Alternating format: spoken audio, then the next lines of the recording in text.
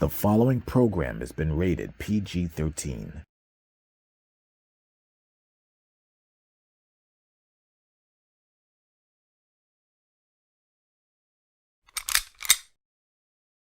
Shalom Israel, giving honor and praise to the Most High God for the reading and the understanding of His word. And Israel, before I say anything, I want to wish everybody a very happy Hanukkah, a very happy Feast of Dedication.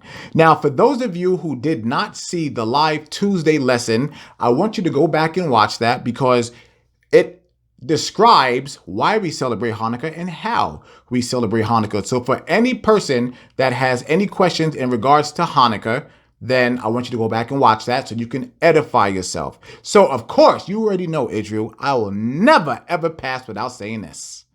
I want to wish every king, every queen, every prince, and every princess, I want to wish you a wonderful, magnificent Sabbath, and thank you for bringing this in with your brother again. And as I always say, you could have been anywhere else, but you are right here with us, the royal family in congregation, bringing in the Sabbath and giving praise to the Most High God. And Israel, I just want to say thank you so much. Thank you for all of your continued support. Thank you for loving me. And Israel, I love you. And I mean that. All right. So now, last week, remember, we were handling some business. And remember, I told everyone that I wanted to do a double promotion for our family right here in Israel, right? So I want to go ahead and do this here because we got some ground to cover. I want to promote our people. So we're going to do two tonight. The very first one, Israel, take a look at this right here. This right here is King Trevor and Queen Sophia. But Israel, look at these garments. Do you see these garments? Now, first of all, look at the two of them. All right. You cannot tell me that these two right here are not kingdom ready. Beautiful, beautiful couple. But Israel, do you know something? Queen Sophia made these garments. Look at these garments. Look at this one right here. Look at this. She made all of these. This is her work. And I had to ask her, I was like, Queen, is this from scratch? And she said, yes, I made this from scratch. And I was blown away. Look at this one right here. Look at this. Absolutely insane.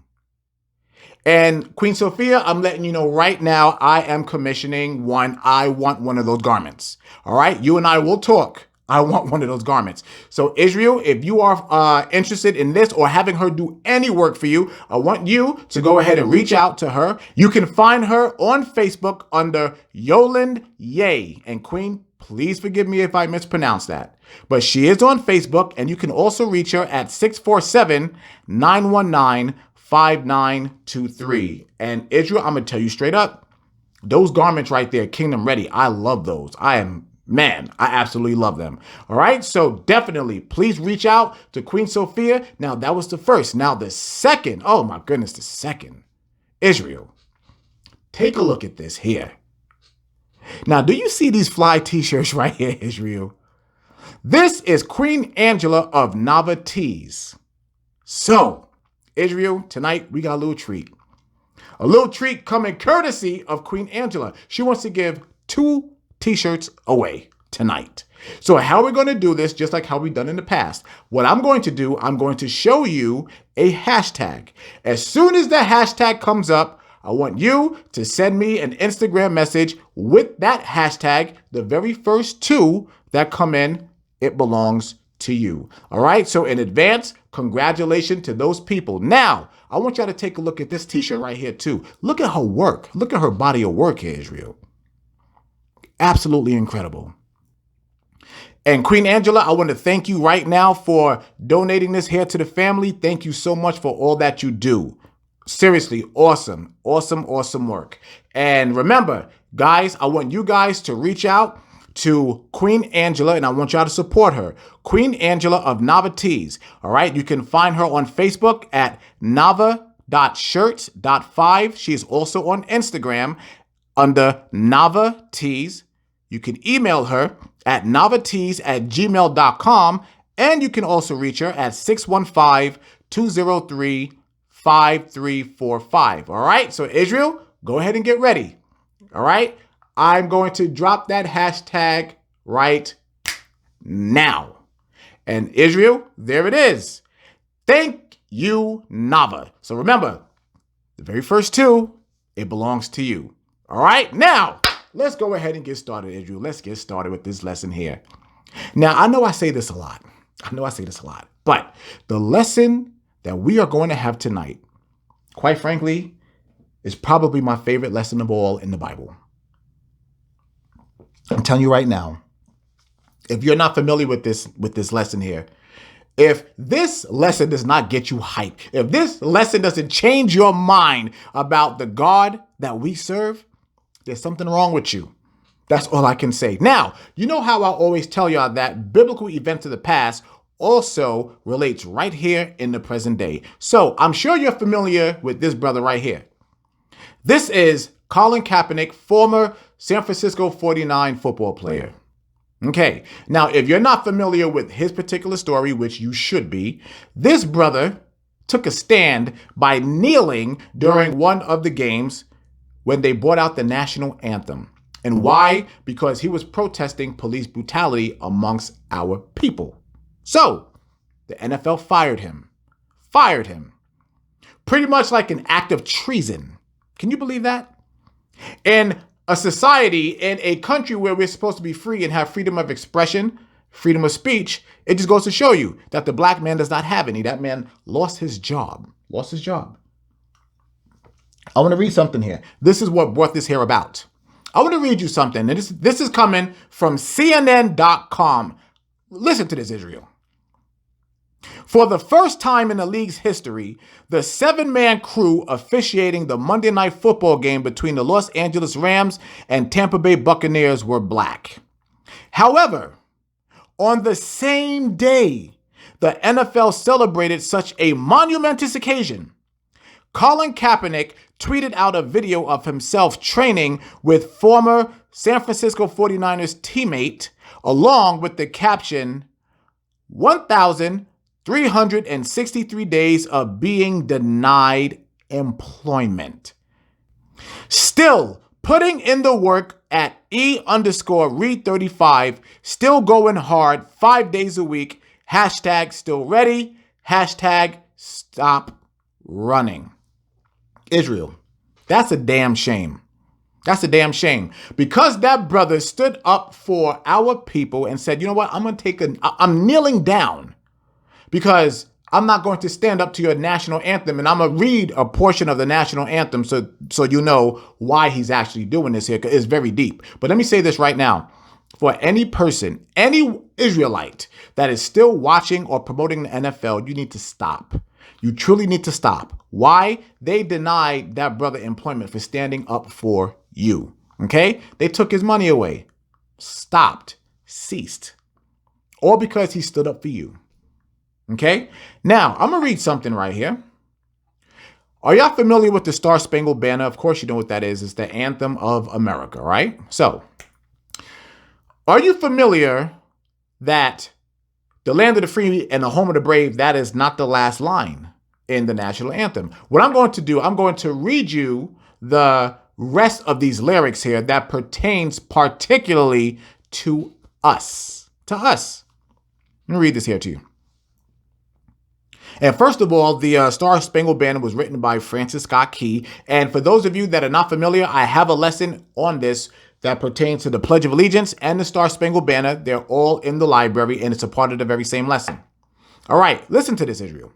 And where is that band who so vauntingly swore that the havoc of war and the battle's confusion, a home and a country should leave us no more? Their blood has washed out their foul footsteps pollution. No refuge could save the hireling and slave from the terror of flight or the gloom of the grave. Now, Israel, if you're not familiar with that, that's talking about you. That's talking about our ancestors. What was going on during this time was that America and England were pretty much fighting, and the people who would become American England, they were fighting because they could no longer keep you in slavery. And they were fighting to keep you in slavery. So what was happening during this time? The slaves were being rounded up by the English and being like, hey, if y'all want your freedom, come fight for us. So America took that as their slaves being turncoats to their country. And they was like, yo, listen, what we're going to do, we're going to go seek out those slaves and we're going to murder them. Do you see this? But it gets so much deeper than that, Israel. And I'm bringing all this out because it makes sense here in the lesson that we're going to learn here tonight. Okay? So that is what Colin Kaepernick actually stood up for by kneeling and protesting, which is why, again, y'all need to be boycotting the NFL. Now, are you familiar with the story of Nebuchadnezzar, which you can find in Daniel chapter 1 and 2? Now, Nebuchadnezzar was a Babylonian king. He was a Babylonian king during his time. You're going to read the story. We're going to read this story here. But with Nebuchadnezzar, the gist of his story, right? He made this really tall statue, that he wanted all the people of all the nations, and especially the Israelites, to go ahead and worship. He wanted us to worship this statue, and he was going after Jews to make sure that we worship this statue. Now, in regards to Colin Kaepernick, I want you to take a look at this here real quick. Do you see what this is? This is the American flag.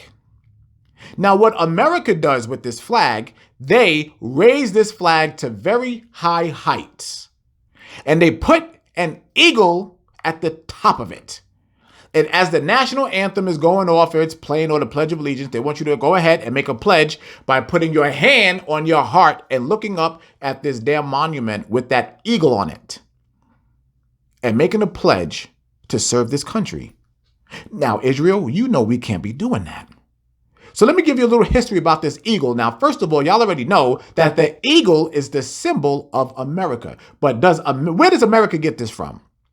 They get this going all the way back to Babylon, all the way back to Nebuchadnezzar. Why? Because with Nebuchadnezzar, this was his image. See that? The image of an eagle. And it just goes to show you that America, they've always idolized Babylon. They've always idolized Egypt. They still do it to this day with all of their Egyptian artifacts all over this country. First of all, started with pyramids, right? Look on the back of your dollar bill.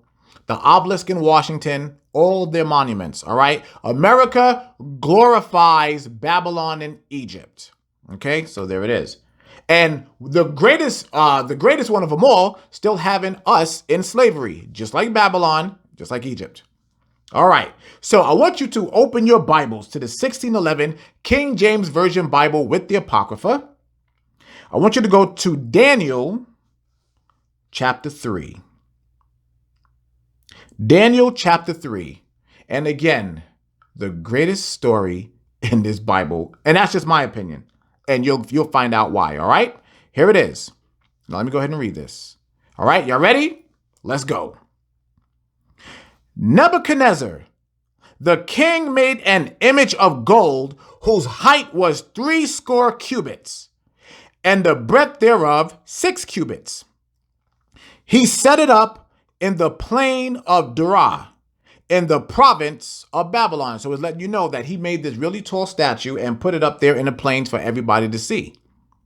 All right. And it said it was 80 cubits. This thing was tall.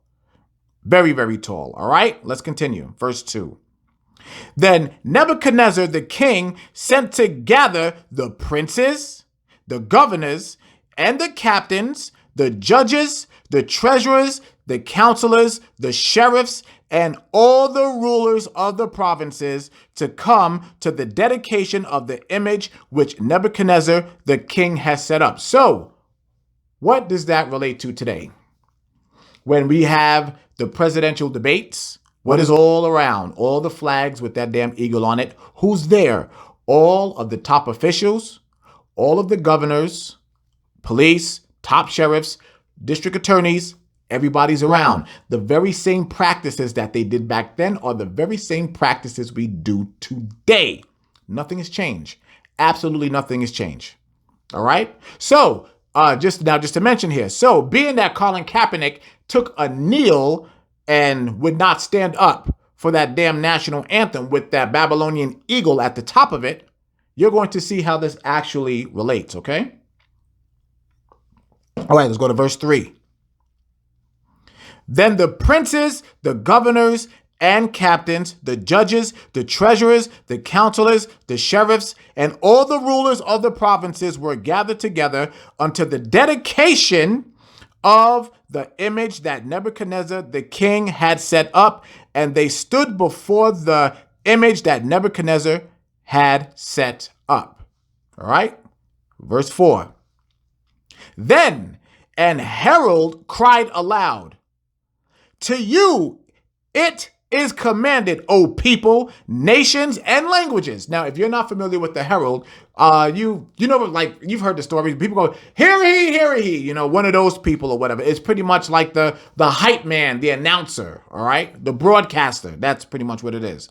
I'm going to read that again. Then an herald cried out, to you it is commanded, O people, nations, notice the separation, and languages, that at what time ye hear the sound of the cornet, flute, harp, sackbut, psaltery, dulcimer, and all kinds of music, ye fall down and worship the golden image that Nebuchadnezzar the king hath set up. So here you have this hype man that was going around letting everybody know. Listen, when you hear this music start to play, I want everybody to drop and worship this damn statue. Israel, what does that sound like today? It's the national anthem. And what is everybody supposed to do? Everybody's supposed to stop everything they're doing and put their hand over their heart and look up at that damn flag with that Babylonian eagle that's on it. Or just look at the flag itself, because the flag is also a damn icon of the nations. You see how they are? Crafty counsel, Israel, crafty counsel. So for those of you that are not familiar, you are not to participate in any of that nonsense, because you are making a pledge to a nation versus the Most High God. All right. But I don't want to get ahead of myself, though. All right. Verse 6. And whoso falleth not down and worshipeth shall the same hour be cast into the midst of a burning fiery furnace. So now, today, we can associate that burning fiery furnace that's called society. And it is. So what happened? Let's look at the Colin Kaepernick situation. He actually took a stand by kneeling down, and they fired this man. Took away his employment. All because he would not worship that damn Babylonian flag and eagle. He wouldn't do it. And guess what? They cut his career. Do you see how nothing has changed? Nothing has changed.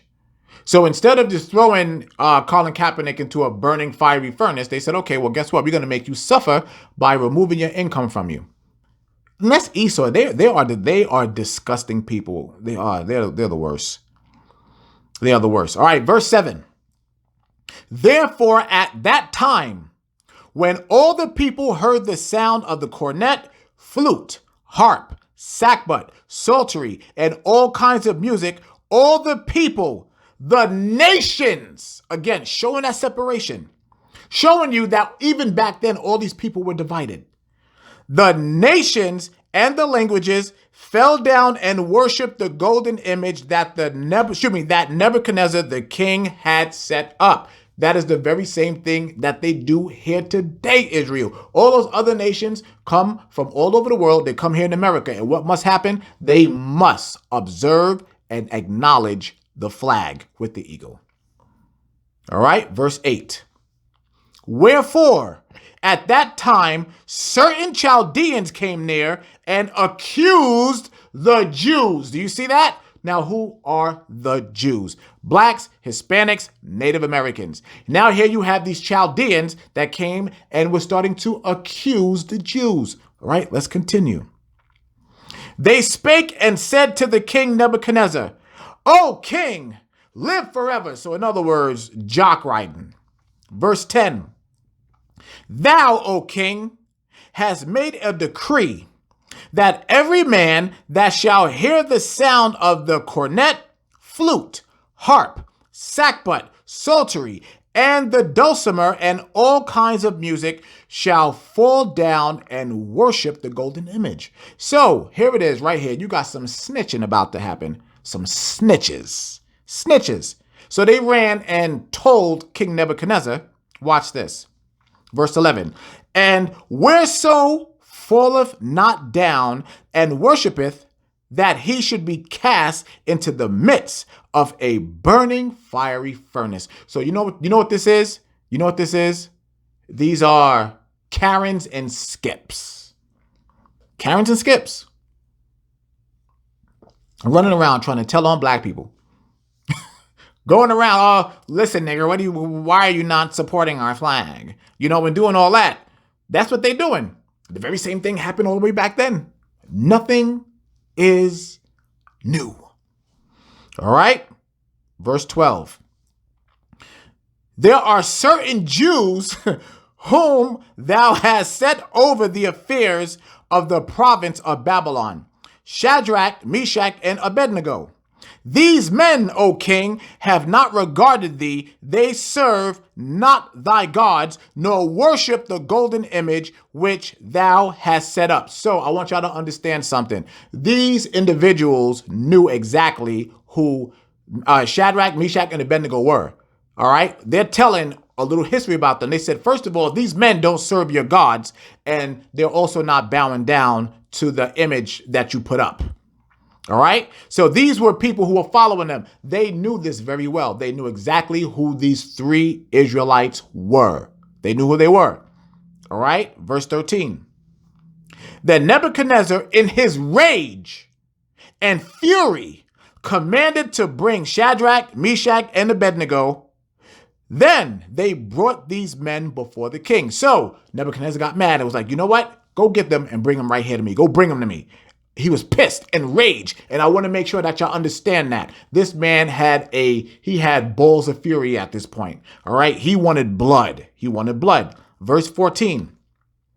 Nebuchadnezzar spake and said unto them, is it true, O Shadrach, Meshach, and Abednego?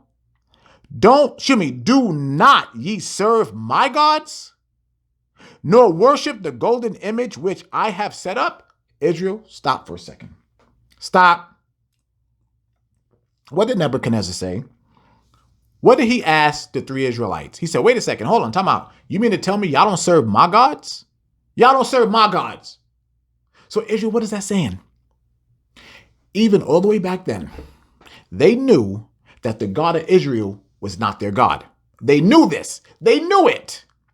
And what did they always try to do to the Jews? Just like we learned on Tuesday night. They don't want us serving God. Why? Because the Most High God, when we keep the commandments and serve him, he will always protect us. As long as we are keeping the commandments, these other nations cannot be in power. Cannot be in power. But do you see why they are in power today? Because our ancestors broke the commandments. But I'm doing this here to show you, even earlier in this chapter, as we were reading, it specified nations. It was the nations versus Israel. And even the king knew this. All right, verse 15. Now, if ye be ready at what time ye hear the sound of the cornet, flute, harp, sackbut, psaltery, and dulcimer, and all kinds of music, ye fall down and worship the image which I have made. Well, but if ye worship not, ye shall be cast the same hour into the midst of a burning fiery furnace. And Israel, pay attention to this. And who is that God that shall deliver you out of my hands? Israel, do you see the trash this man is talking? Do you see what he's talking about? First of all, he said, hold on, I already know that you Jews, I already know that y'all know the law, that I said for any person that does not worship this image that I made, I'm going to throw your ass into this burning fiery furnace. So, are y'all testing me right now? Are y'all testing me? So, if I threw you in this furnace, you mean to tell me that your God? You mean to tell me that your God is going to save you if I threw your asses in this furnace? Israel, do you see how the other nations always try to get up in God's face and how that has never changed? But I want you to understand the balls right here on Nebuchadnezzar. Challenging the Most High God of Israel. Challenging him. I'm telling you. Let me read that last part one more time. And who is that God that shall deliver you out of my hand? So in other words, who the hell is your God? You think your God can rock with Nebuchadnezzar? That's a damn shame. And that is the very same attitude right now that these damn Edomites have. And that they have it because they think that they are God. They think they're God. But I also want to go back here. Do you see how even the king and the king's men, how they kept making reference to the music, to the music, to the music? That's the national anthem, Israel. That is the national anthem today. And I'm telling you right now, I don't know about you. I don't know if y'all ever done it, but when the world was open and we were able to go to sporting events and all that, whenever they would do that damn national anthem and I was with the kids and even with myself, I'll get up and leave. That was worse than sitting down. I got up and left. I'm telling you. And if y'all are doing that, y'all better, if y'all are still participating in that damn Pledge of Allegiance or national anthem, y'all better stop. Stop it. It is a sin. All right. Verse 16. Shadrach, Meshach, and Abednego answered and said to the king, O Nebuchadnezzar, we are not careful to answer thee in this matter. Do you you see this right here? He said, oh, hold on, wait a minute. Oh, whoa, yo, listen. We're not being careful to answer you with this here. So you know what they saying there? Yo, hold on, yo, Nebuchadnezzar, yo, fall back. Yo, we don't care nothing about that. We don't give a damn how you feel about this. Verse 17. If it be so, our God, whom we serve, is able to deliver us from the burning fiery furnace, and he will deliver us out of thine hand, O king. He said, yo, hold on a second. He said, yo, first of all, yo, we're not trying to be careful for nothing. We're not watching our mouth when we talk to you. First of all, yo, you trying to go up? You fixed your mouth against our God? Like, nigga, are you crazy? So, yo, if you do throw us in that damn fiery furnace, ain't a damn thing gonna happen to us. Israel, do y'all see oh my gosh, man. Do y'all see the level of confidence? Do you see the connection that our forefathers and foremothers had with the Most High back then? You wonder why we don't have that now? Because we are disobedient children. I want y'all to understand this whole scenario right here, Israel. You gotta understand the scenario. Here you have Shadrach, Meshach, and Abednego. This king is he is threatening to throw them into fire, into a fire pit. And they're like, yo, nigga, do what you gotta do. It's not gonna happen to us. Do y'all see that? All right. If y'all don't get it, oh my goodness. All right, verse 18. But if not, be it known unto thee, O king, that we will not serve thy gods, nor worship the golden image which thou hast set up. So he let them know right now, nigga, we ain't serving you. We ain't serving you, or we're damn sure not serving that image. You can forget it. Verse 19. Then was Nebuchadnezzar full of fury, and the form of his visage was changed against Shadrach, Meshach, and Abednego. Therefore he spake and commanded that they should heat the furnace 17 times more than it was wont to be heated. So if you don't understand that, so Nebuchadnezzar got so mad, he got so much pissed off, he said, yo, take that fire. He said, turn up the heat on that fire. Turn it up. So what they were doing was probably dousing it with more gasoline and throwing more charcoal and glass and metal and all types of things in there because, they burn at different temperatures. So you're like, yo, take it and put it all in there. Make sure these niggas burn. Make sure they burn. All right, verse 20. And He commanded the most mighty men, understand this, Israel, and he commanded the most mighty men that were in his army to bind Shadrach, Meshach, and Abednego and to cast them into the burning fiery furnace. Did you pick up on that, Israel? Did you pick up on that? Why did he command that the mightiest men of his army come handle these three? Why? First of all, he wanted insurance. He wanted insurance that if this does not go the way that it's supposed to, I want my mighty warriors right there. And I want y'all to remember, plant time. Plant those mighty warriors. So what's happening with Nebuchadnezzar? Nebuchadnezzar has doubt. Now, do you remember how he was just talking crap not so long ago? But here it is. He saw these three Israelite men, these three brothers that was not backing down. I'm like, nigga, we're not bowing to you. We're not worshiping your gods. And we for damn sure is not worshiping this image that you put up. That's what we need back here today. Could you imagine, Israel, think about this. And right now I'm talking to the kings and princes. Could you imagine if all of us kings and princes was on that level that these three brothers right here were on? If we were to stand up for the Most High. All right. Now let's go to verse 21. Then these men were bound in their coats, their hosen, and their hats, and their other garments, and were cast into the midst of the burning fiery furnace. Now, many people don't pick up on this. Many people don't grab this. First of all, did you see how they were dressed? I'm going to read this again. Then these men were bound in their coats. So, you'll probably have the long dipped out coats, their hosen, and their hats, and their other garments. Chains, all that. Dipped out. And y'all think that this was a fashion that came from the early 1900s. No, our forefathers were always dipped out. Always. And they took them brothers and now they threw them into the furnace, dressed in full. All right. Verse 22.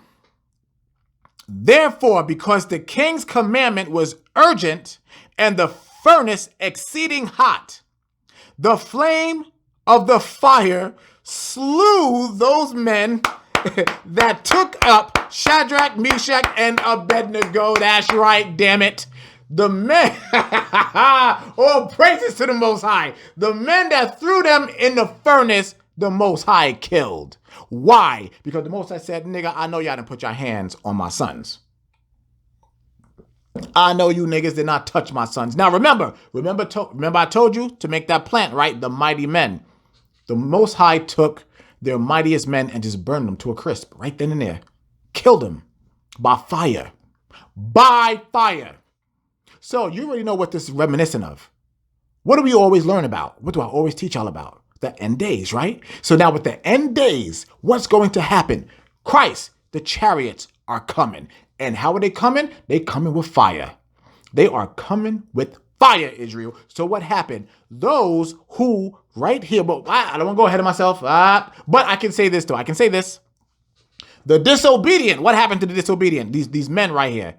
These mighty soldiers. They died. Slewed. I love it. Oh, I love it.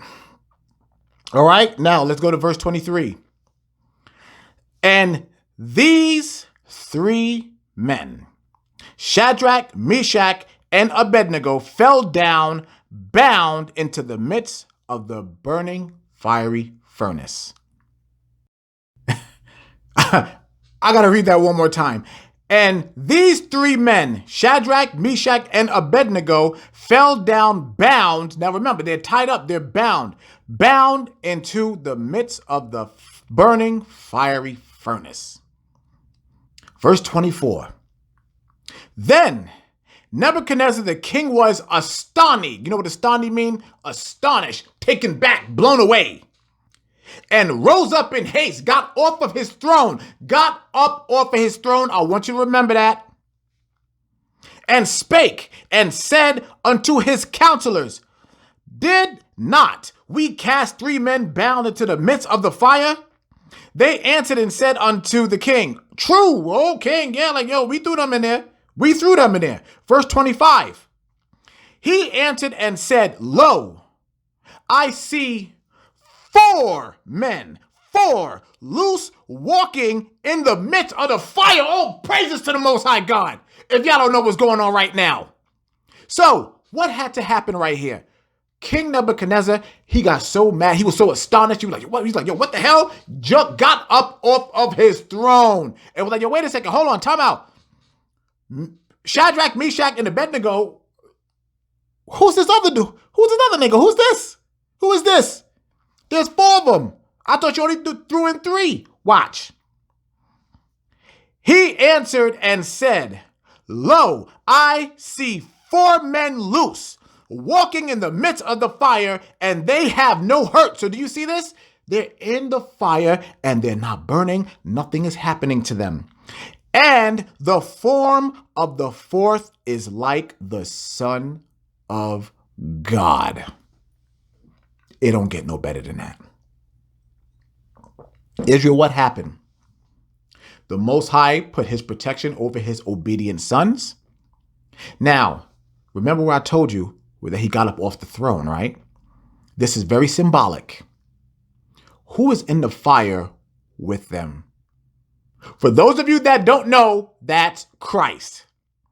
So for all the idiots that want to continue to say that Christ was never in the Old Testament, you are an idiot, you are a moron, and you don't read and you don't know the scriptures. But what was so symbolic about this? Christ, he came down and the Most High said, you know what? I'm going to send my son to beat your ass, Nebuchadnezzar. So what happened?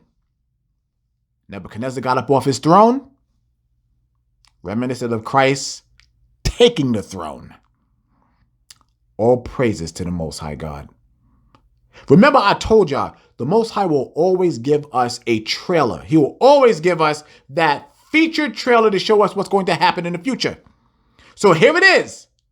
Esau's destruction. Right here in the scriptures, right here in the story of Daniel. That entire prophecy is all throughout this Bible. All of our forefathers say the same thing for these end times. Esau is going to be in the power. Esau is going to have up their monuments. But guess what? Just like in the book of Obadiah, what does it say? I'm going to take all that and I'm going to bring it down. I'm going to bring it down. The Most High has always promised he is going to drop Esau. But all we have to do, be obedient, keep the commandments. That's it. That's it. All right. All right. Verse 26. Then Nebuchadnezzar came near to the mouth of the burning fiery furnace and spake and said, Shadrach, Meshach, and Abednego, ye servants of the Most High God. Now he want to get his mind right. Ye servants of the Most High God, come forth and come hither. Then Shadrach, Meshach, and Abednego came forth of the midst of the fire. So now this nigga want to get his mind right here. The Most High God now, right? But he called them out. Verse 27, watch this. And the princes, governors, and captains, and the king's counselors, being gathered together, saw these men upon whose bodies the fire had no power.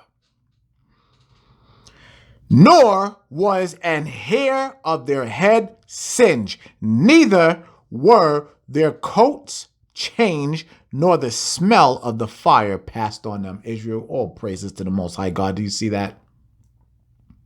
Israel, today, is it possible for anybody to stand in the midst of a fire and not burn? Can you put anything in the midst of a fire and not burn? Even metal. Even metal is going to get singed. What happened with these 3 Israelites? The Most High protected them from the fire. Why? It just goes to show you that the Most High is in control of all the elements. Every last one of them. Every last one of them. And we can be protected from every last element if we only obey.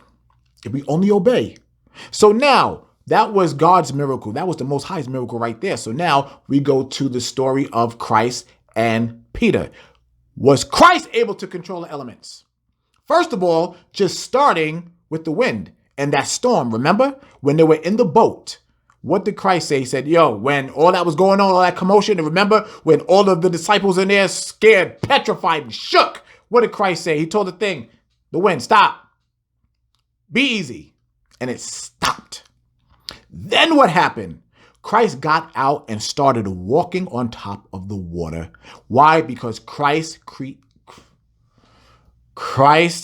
is in control of the elements, just like we could be if we would only keep the commandments. And how do we know that we can be? Because Peter walked on water as well, until when? He lost focus. And that's many of us. We lost focus. Why? Because it was designed for us to lose focus. It was designed during what? Captivity. They took us away from our book. And this was all a curse. I'm serious. I want y'all to see and understand how serious it was when the Most High told us in Deuteronomy. He said, I'm going to remove you from your heritage. I'm going to take all this away. In Jeremiah as well, he said, I'm going to remove you from your heritage. This is all the curses. All of them. Do you see the protection that our forefathers had? That they can be taken and thrown into fire and not a damn thing happened? You know what that's like? That's like jumping in water and coming out dry. Not even getting wet. Can you imagine? Imagine that. That you just go and jump into a pool of water and get right back out and you're completely dry. Nothing happened. That's insane. That is nothing less than a miracle. But guess what? That actually happened to our forefathers. All right, let's continue. All right, where we leave off at? Verse 28. Then Nebuchadnezzar spake and said, listen to this, Israel. Listen to this. Blessed be the God of Shadrach, Meshach, and Abednego, who hath sent his angel, remember, Christ is the angel of the Most High, and delivered his servants that trusted in him, and have changed the king's word, made him change his word, and yielded their bodies that they not serve nor worship any God except their own God. Now, Israel, I want to make sure y'all understand what just happened here. First of all, the Most High humbled King Nebuchadnezzar in front of everybody. First of all, in front of the 3 Israelites. And then he humbled him in front of all the nations. Because remember, everybody is gathered. Everybody is gathered together to watch this happen. Everybody. Remember, it said all the nations were there. All of them. And the Most High shut that nigga's mouth quick. First of all, he said, I'm going to send my son to beat your ass, which he did. Because Christ was right there, probably looking at him dead in his face, probably just staring at him, looking at him. I was about to say something, but I can't say it because I'm trying to keep it PG. But you already know what Christ was doing. As y'all already know, Christ had a temper. Christ had a temper. And what happened? Christ was right there protecting his brothers. Right there.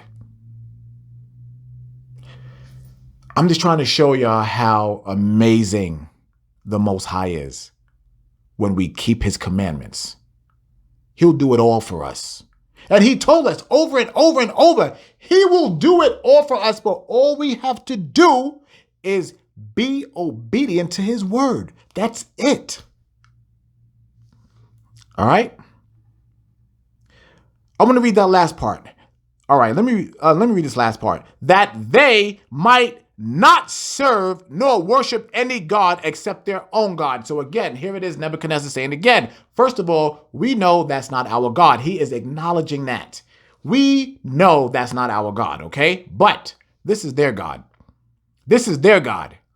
And we are going to respect their God. Verse 29. Therefore, I make a decree that every people, nation, and language which speak anything amiss against the God of Shadrach, Meshach, and Abednego shall be cut in pieces, and their houses shall be made a dunghill, a hill, because there is no other God that they can.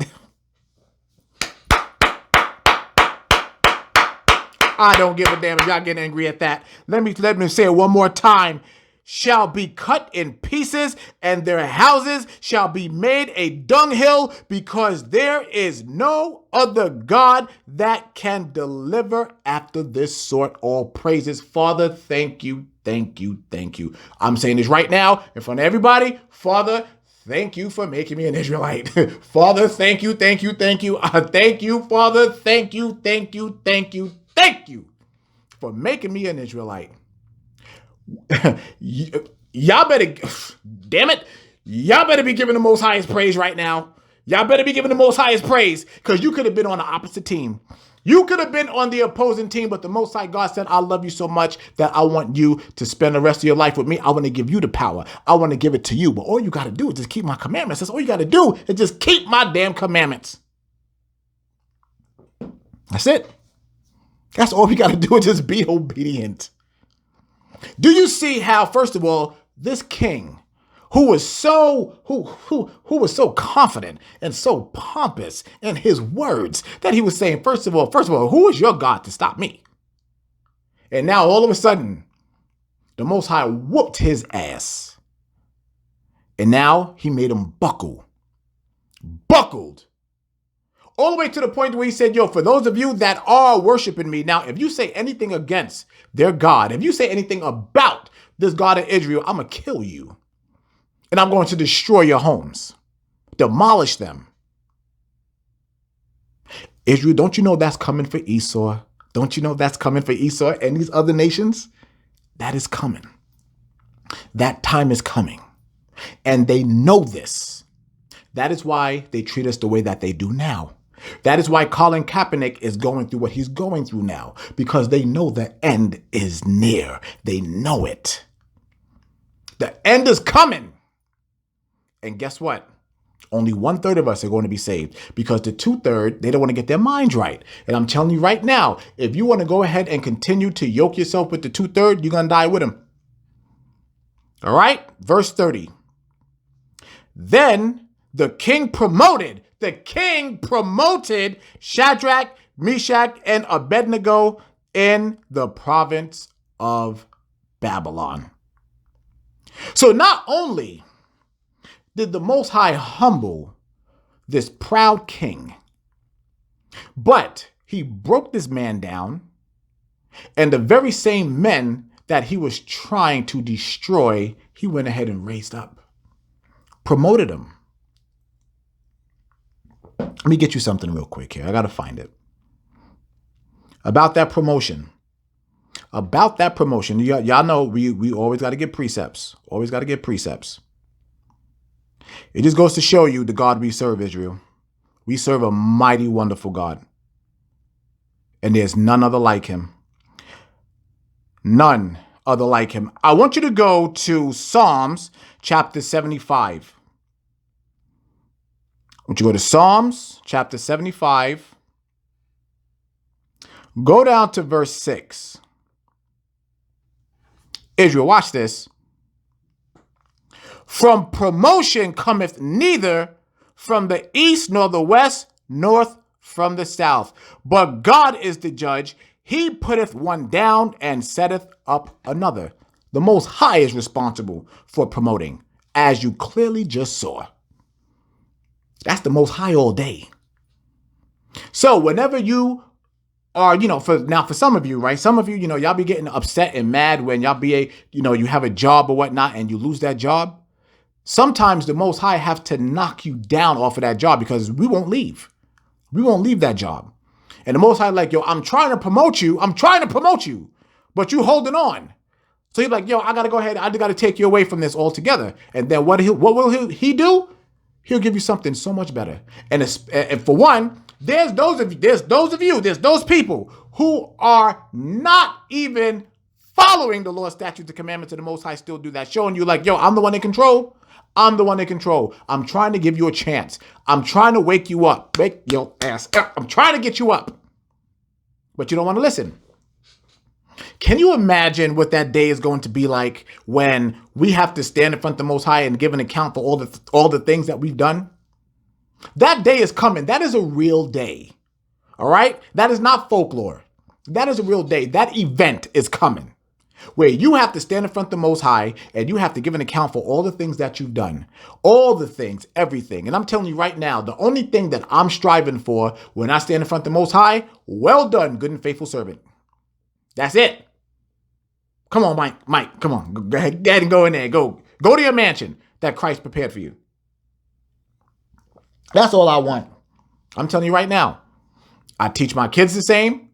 All right? I teach you the same, and you better teach your children the same. That is the end goal. Forget what's here on earth. Who cares? You know what I'm saying? Forget about right now. Because remember, the kingdom will be right here on earth. So, if you want to focus on what Esau can go ahead and give you, then that's on you. You are a fool. You are an absolute fool. I don't give a damn about none of that. I don't care about fancy cars or if I have a big house or any of that, the clothes or whatever that I wear. I don't give a damn about none of that. The only thing that I care about is making sure that I get as many of our people into the kingdom as possible. I'm telling you, well done, good and faithful servant. That should be the words that you aspire to hear. I'm telling you. And for us kings and for us princes, guess what? We should be aspiring to be a part of the 144. Oh, yeah. That's what we should be running towards. And the only way that can happen is that if you remain obedient to the Most High. We got to remain obedient. This whole thing is about obedience, obedience, obedience, obedience. Now, I brought this out on Tuesday. I want to go ahead and bring it out again. I want you to go to Revelation chapter 22, verse 14. Now, remember, this is the book of Revelation. This is the last book of the Bible and the last chapter. Listen to this here. Blessed are they that do his commandments, that they may have right to the tree of life and may enter in through the gates into the city. Am I lying about anything I'm saying, Israel? No, I'm not lying at all. That right there is everybody's focus. That should be the focus for everybody.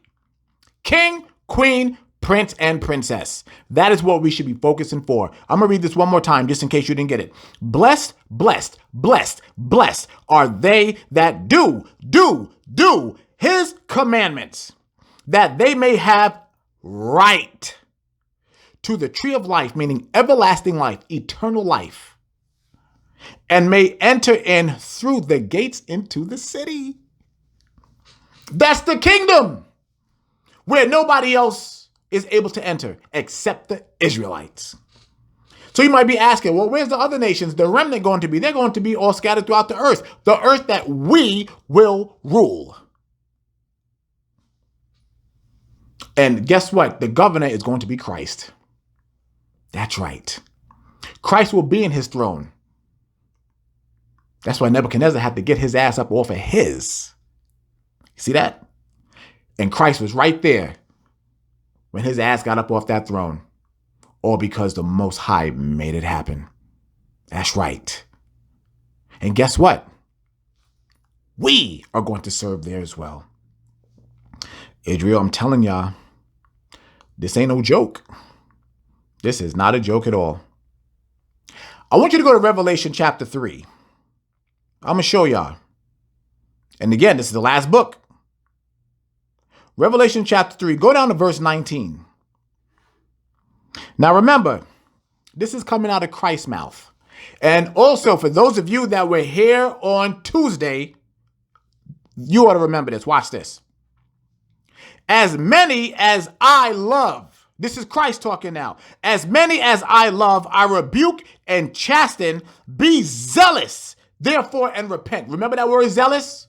For those of us that were there on the Hanukkah lesson, what did Mattathias tell his sons? What did he say? Be zealous for the Lord. Be zealous to keep these commandments and teach these commandments to our kids.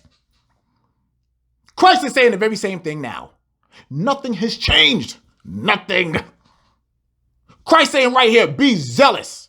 And here it is, Christ saying, yo, listen, I'm going to chasten you, right? I'm going to chasten you and I'm going to rebuke you. I'm going to correct you. So as we go through things, as we're in this truth, right? Christ is going to get up on our head sometime and be like, yo, hold on, time out. Pay attention. Come on. Yo, here's what it says. All right. This is the commandment that you have to do. All right. Let's continue. Read verse 20. Behold, I stand at the door and knock. If any man hear my voice and open the door, I will come in to him and will sup with him and he with me. So Christ is saying, yo, listen, if any person is trying to be in this truth, right? And you following me, yo, I got you. I'm right there with you. I'm right there with you. The very same way that he was there with Shadrach, Meshach, and Abednego. Verse 21. To him that overcometh, what does overcome mean? To keep these commandments. Will I grant to sit with me in my throne? What did he just say? What had to happen? Nebuchadnezzar got up off of his damn throne. Surely that right there represented the throne seat of Christ, meaning I'm taking over. Edom has to fall. The other nations have to fall, and Israel is going to be put right in place where it belongs. In the kingdom, in the kingdom, in the kingdom. This is not fake. This is real. I'm reading it again. To him that overcometh will I grant to sit with me in my throne, even as I also overcame and am set down with my Father in his throne. He that hath an ear, let him hear what the Spirit saith unto the churches. Bingo. Bottom line, we will all be in rulership. Those of us that overcome and keep the commandments. Those of us that overcome and keep the commandments. And as you can see how the kingdom is prepared, the Most High, Christ, us. Because Esau and the kingdom of Edom and all the other nations must fall. Happy Hanukkah, Israel. You see that? Do you see why I said earlier that this right here is one of the greatest stories ever told in the Bible, if not the greatest? And right along with them precepts too. Right along with those precepts. Right there. The kingdom is waiting for us, Israel. All we got to do is get our minds right. That's all we have to do. Get our minds right. And again, kings, princes, I'm talking to you. We're the priests. We are the priests. We are the ones that are to take this word and get it out to our people. That is us. Now, whether or not if they accept or deny is not our business. All we have to do is go out there and teach. Once the seed is planted, let the Most High do the rest. He'll do the rest. That's all we have to do. It's that simple. Okay? You can't be worried about what people think about you. You can't be worried like if people thinking, oh, this nigga here again, you know, oh, well, this damn woman with this. You got to teach. And sisters, you have to teach as well. You cannot run a congregation. You cannot teach in the church, but you can teach. Yes, you can. You are to teach the children. You are to teach the other brothers and sisters that are not in this truth. You are. So, for instance, if you have a brother or something like that that's at your job, you know, are you just supposed to just be quiet and not tell him about the truth? No, absolutely not. That's stupid. You just cannot teach in a congregation. You cannot lead a church, but you can teach. You queens and princesses have a voice. Use it. All right?